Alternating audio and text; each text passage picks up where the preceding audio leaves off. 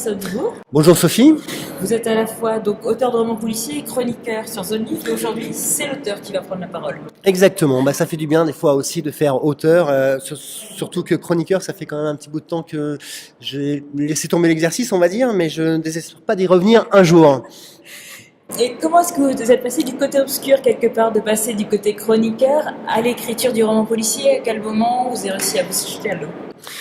À partir du moment où ta femme donc te dit arrête d'écrire, enfin si tu écris pour toi c'est très bien, mais si tu as envie de les envoyer, si tu envoies pas il se passera jamais rien, donc envoie et arrête de m'embêter en me faisant lire ce que tu as fait. Donc je pense qu'on a été gros lecteurs et par la force des choses, pour avoir joué beaucoup aux jeux de rôle, d'ailleurs les jeux de rôle de Jean-Luc Buzien, Hurlement entre autres, on vient petit à petit à vouloir avoir ses propres histoires, à vouloir les construire et qu'il y ait une finalité. Et ce qui m'embêtait dans les jeux de rôle, c'était le côté éphémère, c'est-à-dire quand l'histoire est finie, je parle vite, je suis désolé, quand l'histoire est finie, c'est terminé, il n'y a plus rien, mais au moins l'écrit reste, les paroles s'envolent, comme on dit, et l'écrit reste.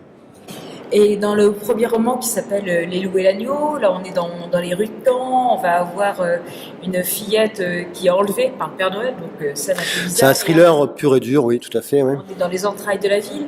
Est-ce que vous autorisez à avoir de la fiction dans une ville que vous connaissez bien? Est-ce qu'il y a des choses qui sont imaginaires en même temps?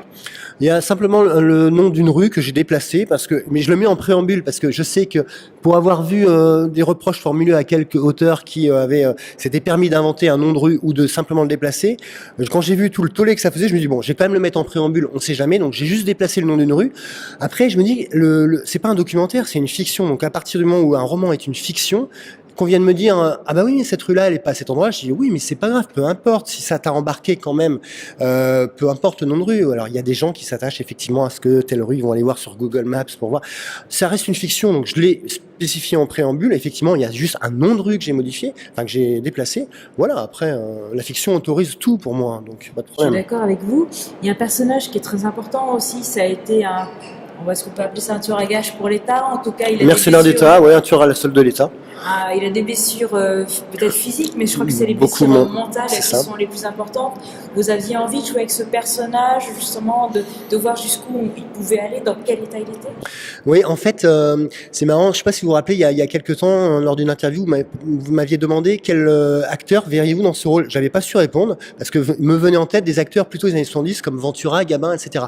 Là, j'ai vraiment un acteur, je ne sais pas pourquoi j'ai pas pensé à l'époque, mais c'est Vincent Cassel. Il est pas beau, c'est une gueule cassée, et voilà, il serait parfait dans le rôle de Jean Monteur. Et effectivement, dans les films des années 70, vous aviez beaucoup d'acteurs comme ça, qui étaient plus des taiseux, qui avec leur gueule racontaient déjà une histoire, ils n'avaient pas forcément besoin de parler, mais ils agissaient. Voilà, c'est ce vers quoi je tendais, en tout cas avec ce personnage-là. Et dans le nouveau roman qui vient de sortir, La méthode Venturi, vous avez envie de changer un petit peu de genre, justement. C'est un exercice de style que vous aimez?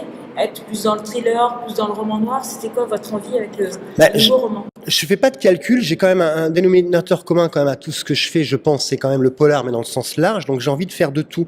Par exemple, j'ai aussi un western, mais sous forme de polar, bientôt, enfin plus tard. Mais voilà, là, je voulais plus aller dans le registre humoristique, chose que je n'avais pas du tout faite avec Les Loups et l'Agneau, mais c'est juste, il n'y a pas aucun calcul de ma part, c'est pas du tout en réaction du premier qui est assez glauque et noir, c'est plus des envies, j'aime beaucoup.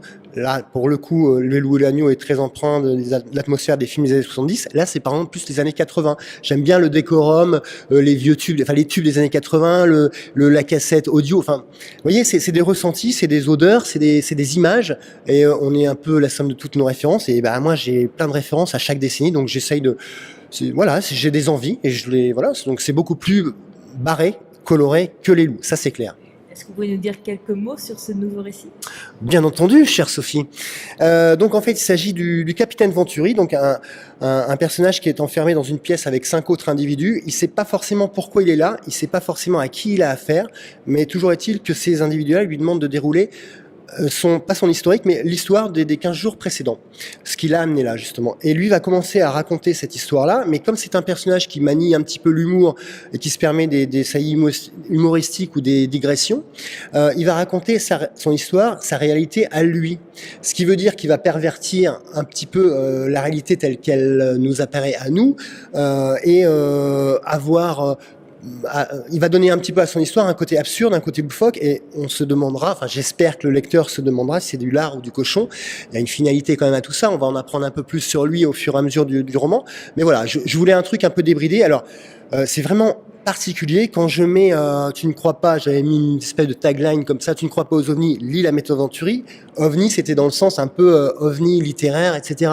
C'est-à-dire que franchement, je sais pas comment il sera reçu, il vient juste de sortir, donc voilà. Mais tant mieux, à la limite, je veux dire, c'est pas du tout une mise en danger ou un calcul de ma part, c'est que j'ai juste des envies, des fois, à l'instant T, tiens, je me dis, j'ai poussé les curseurs un peu plus haut, et là, beaucoup plus loin. Voilà.